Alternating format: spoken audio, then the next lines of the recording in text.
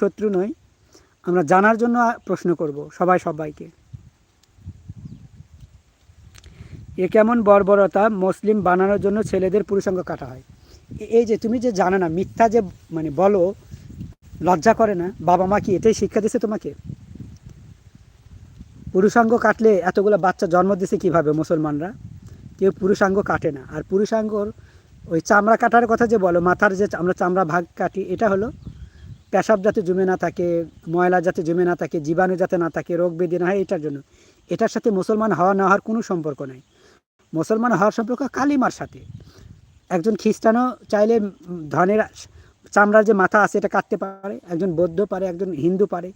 কাটলেই যে মুসলমান হবে কোথাও লেখা নেই। মুসলমান তো কালিমার সাথে সম্পৃক্ত, চামড়া কাটার সাথে কোনো মুসলমান হওয়া না হওয়ার কোনো সম্পৃক্ততা নাই। তাহলে যেটা সম্পৃক্ততা নাই সেটা তোমরা মিথ্যা কথা কেন বলো? প্লিজ